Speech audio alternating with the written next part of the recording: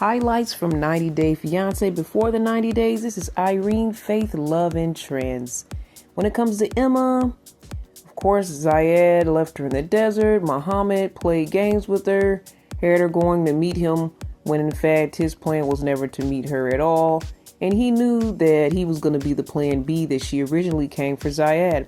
So she's done with these Moroccan men. She's out of here, but she wants to finish off by saying goodbye to Zayed, close that door, and he's like, goodbye. The way he said goodbye was everything.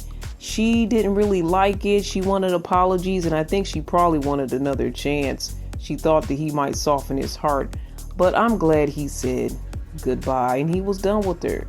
These two just aren't compatible. And that's just the end of the story. You don't have to feel bad. Just let the situation go.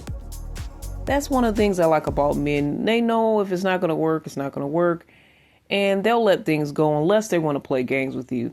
So he's doing you a favor by letting you go. Muhammad didn't do that so much because he was playing games with you.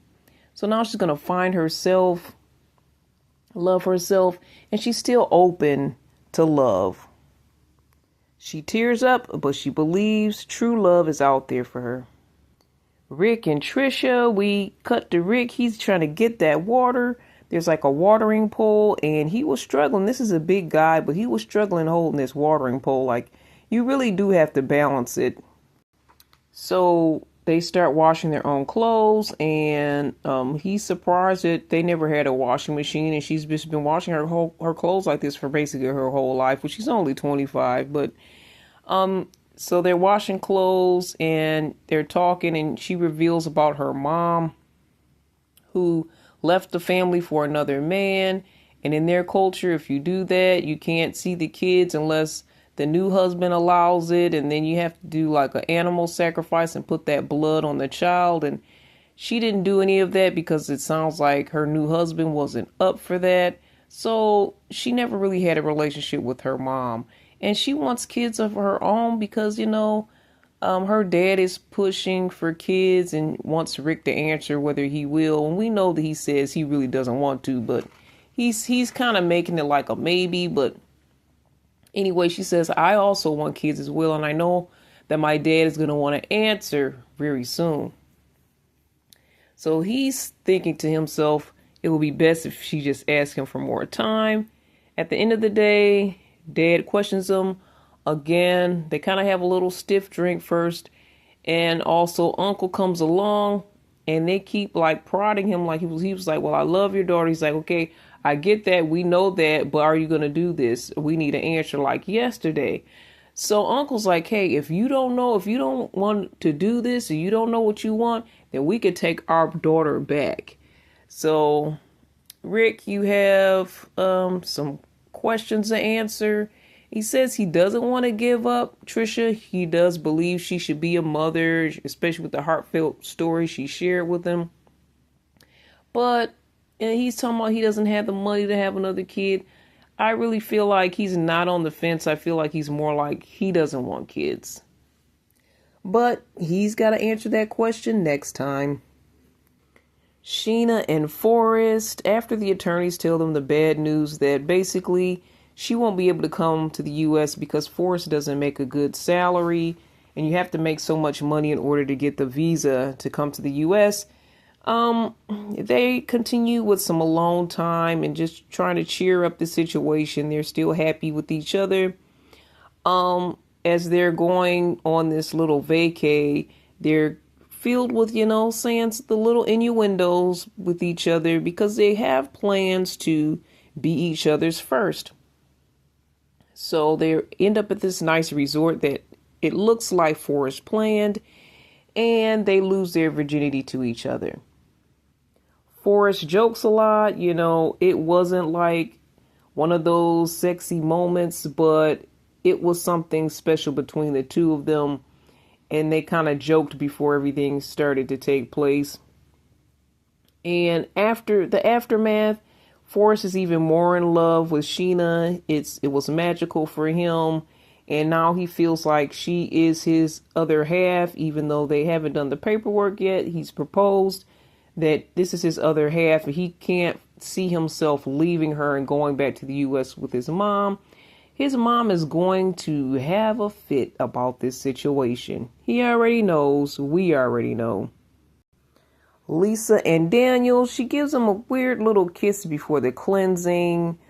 They had to get a goat, 2 yams. It sounds like it's going to be some type of sacrifice. They're haggling to get these items. And to me, I think Lisa's being a bit cheap. She only has to pay for like, the yams are like $3.50 a piece. And so she had to pay like, what, $7 for the yams. So I guess she ends up paying the $7. But when they get to the goat, the guy wants $130 for the female goat. And he somehow haggles it down to $45, or does she haggle it down? Wow, he's getting less than half what he's asked for. She's really gypping this guy out of his beautiful she-goat. So they're not going to really sacrifice the goats. They're going to use the goat milk to feed the village. So they don't do the sacrifice anymore. They use the goat to feed the village, which makes a lot of sense. And I'm sure they're going to have a feast with the yams. And of course, they have to bring some money as well. So to me, it kind of feels like they're paying for forgiveness. They're paying for the cleansing.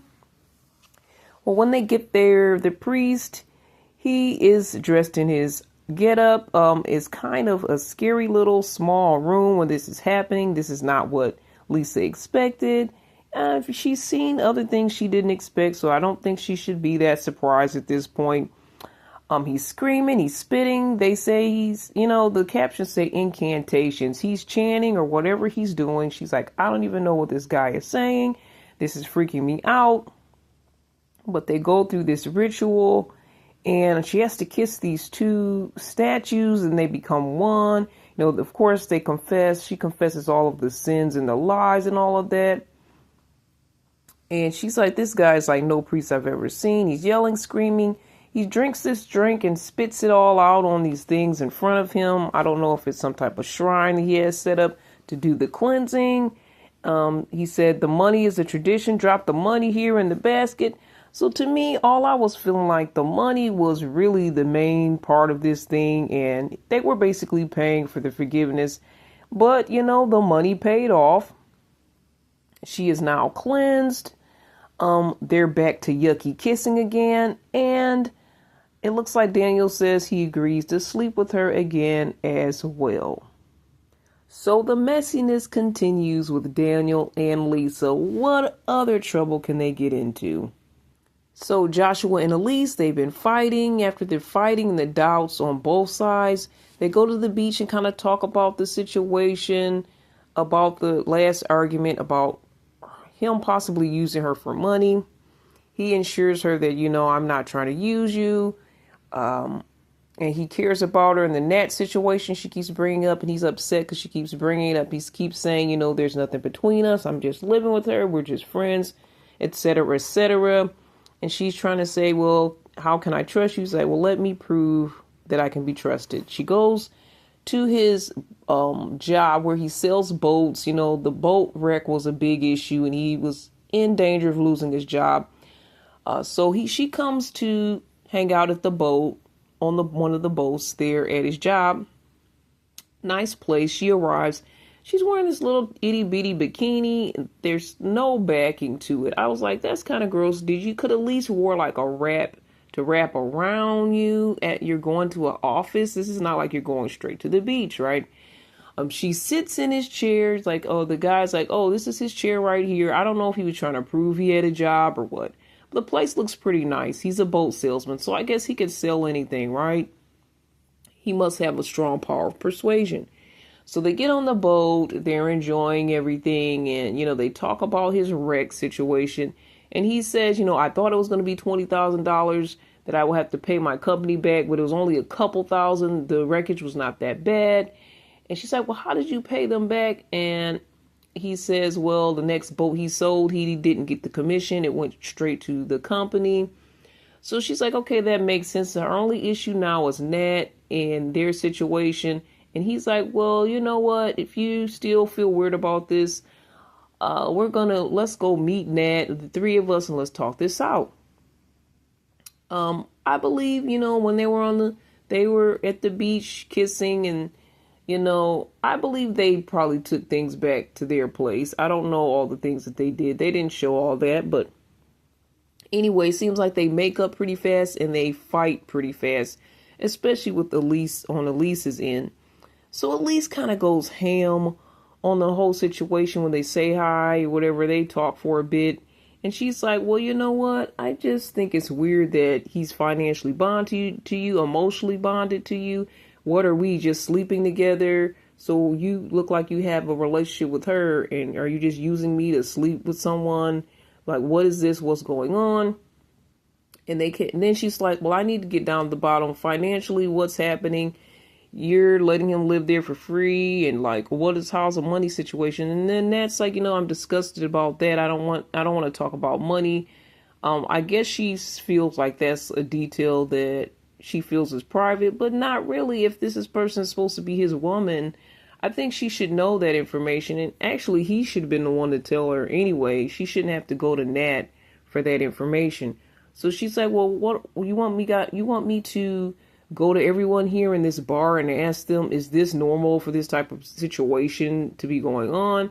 And, she's yelling at everyone in the bar. She yells it out. I feel like it turns into like for those old heads, Jerry Springer or something. And they're like, would you feel a certain way if your man was living with another woman? She was paying his way. And she's like, and then, some of the people actually responded to her and what they thought. And then Natalie, she came in and say something as well. And, then Nat says, this woman's crazy. I'm out of here. I'm just done with this situation. And so then also Elise runs out as well. So Josh was like, he comes after Elise first. And then Elise, I guess, is going so fast. He's like, let me just go check on my friend. He has to check on his bread and butter, of course. So he checks on Natalie. He's like, oh, of course you're going to go to her first. Because, Elise comes back around, sees that. And she says what she says. And like, yeah, of course he has to go to his bread and butter first. She's the one that's putting him up at her place. Anyway, the guy can't win for losing. So he's like, okay, let's just go. So him and Elise go off. Go back to their place, I guess. So we'll see what happens next time. And finally, Aviva and Stig, they were hoping to be preggers. They were hoping to have a baby together. And it looks like the test is saying it's a no. She thought she was. They were unprotected for about 5 days, sleeping together. He said he would be excited to have a son. He wanted a son that sang. And she said she wanted a mama's boy. He's like, no, I don't want a mama's boy. What are you talking about? And he said he's actually scared to have a daughter because he doesn't want his past sins to come back the way he's treated women. And he might have to kill a boy or something. So, like I said, she took the test. We had to go in the restroom with her. Why do we have to go? Why do we have to go to the restroom with them after they go? I don't really want to know that. Anyway, he said, he would be happy if they did have one, but honestly, he said he wasn't ready. So now that this information is out, Elise, I'm going back to Elise. Aviva's like, you know what? I feel really bad. I wish we were going to have a kid. And she was saying, she doesn't think he'll be as committal because the kid is not in the picture. And if she leaves, she doesn't really know if he's going to stay in this relationship with her and be faithful. So I feel like she thought that the kid was going to keep Stig around. And so that was something to keep them attached. And if that's the main reason, I feel bad for her. Or if she really loves Stig and want to have the kid, then I can also understand that if that's the true scenario. But I feel like she kind of wanted to hold on to him with that kid situation. And she thought maybe that was the only card she had to play. But he's saying, it doesn't matter. She's feeling bad and down. He's like, we're going to end up having a future together. We'll have a kid. We have time. So he reassures her, comforts her, makes her feel like, he's not just going to play her, but he's really in this relationship. So they go to the Mayan ruins and they're having fun, goofing off. They're just enjoying the beauty of the ruins and just talking about life and the future. And they're gonna go up this one of these tall Mayan buildings to climb. So he says, well, maybe we should climb to the top. So as she starts to go up, he has her turn around. He's on one knee. He's proposing. He says opposites attract, and the two of them just are a good balance for each other. So the two of them are engaged. This is what Aviva wanted from the start. And he says, okay, now we get to go tell Aunt Spring, I'm about to marry your niece. So I was really happy to see this ending and to see that Stig really wanted to be with her. I thought their plan of trying to have a kid, like right after meeting each other in person, was somewhat foolish. But if this works out and Stig is the man that she needs and she's the woman that he needs, then I think this was a great ending. I wouldn't have gone about it the same way as far as making plans to have a kid with someone that you're meeting for the first time, even though you may have been talking over online for 6 months. Not the same thing, but it seemed to work out for her, and it sounds like Stig really loves her and he's not playing games. So I hope that he is that guy. I hope that Aunt Spring can give him hopefully Aunt Spring gives him the seal of approval, because I know Aunt Spring also married someone from Belize, but he still turned out to be a player and she had to divorce this guy. So hopefully that's not the case with Stig. It was a great ending, great episode. 90 Day Fiance before the 90 days. We'll talk again next time, guys. Faith, Love, and Trends. This is Irene, CBiz Media.